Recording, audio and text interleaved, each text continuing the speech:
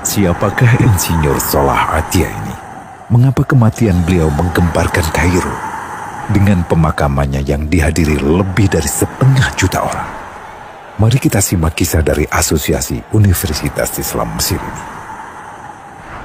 Al-Kisah dari kampung kecil bernama Tafahna al-Ashraf, distrik Mittelgomir, Provinsi Dakohlia, Mesir, ada 9 orang sarjana miskin lulusan Fakultas Pertanian.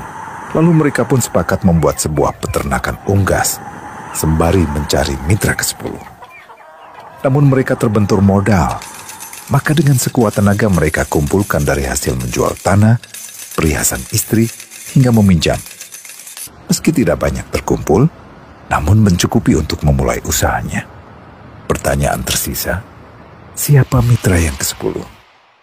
Insinyur Solah, satu dari mereka, pun berkata, "Aku sudah menemukan mitra yang ke-10.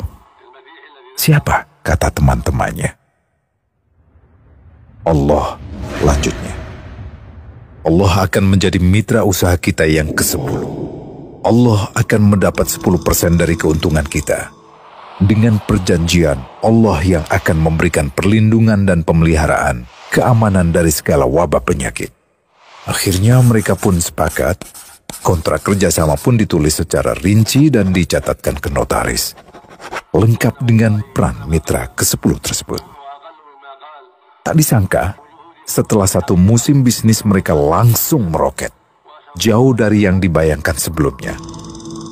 Lalu mereka pun kembali bersepakat menambah jatah keuntungan mitra ke-10 menjadi 20% di musim kedua, dan begitu seterusnya hingga mencapai 50%. Lalu bagaimana keuntungan mitra ke-10 itu dialokasikan?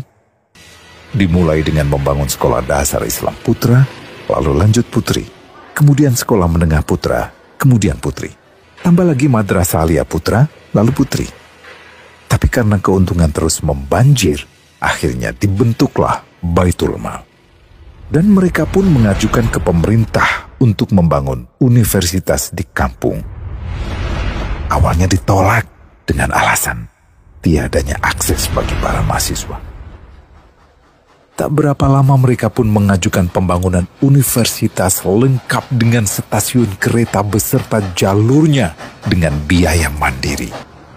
Akhirnya permintaan ini disetujui, dan pertama dalam sejarah Mesir berdirilah sebuah universitas di perkampungan kecil.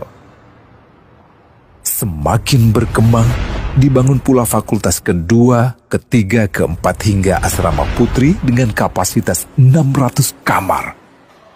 Lalu asrama putra dengan 1.000 kamar. Tiket kereta api pun digratiskan untuk memudahkan transportasi menuju kampung tersebut. Tak cukup hanya itu, dibangun Baitul Mal berikutnya hingga hilang kemiskinan di daerah tersebut. Dan program ini diduplikasi ke kampung-kampung lain hingga bisa dikatakan tak ada kampung yang disinggahi Insinyur Solah kecuali akan dibangun Baitul Mal untuk warga. Bantuan pun diberikan untuk fakir miskin dan para janda. Pemuda pengangguran pun dilatih untuk mengelola perkebunan sayur hingga mandiri, bahkan sampai bisa mengekspor ke negara tetangga. Pada saat panen raya, seluruh penduduk dikirimi paket sayur. Di hari pertama Ramadan diadakan buka puasa bersama untuk seluruh penduduk desa.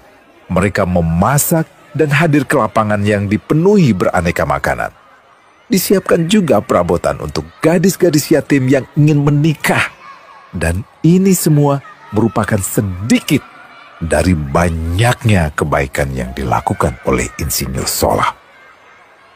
Hingga pada akhirnya disepakatilah keuntungan perusahaan 100% untuk Allah. Insinyur Solah yang awalnya adalah salah satu mitra usaha berubah menjadi karyawan Allah. Dia hanya menerima gaji, namun dia memberikan Tuhannya syarat agar membuatnya hanya butuh kepadanya dan hanya meminta kepadanya.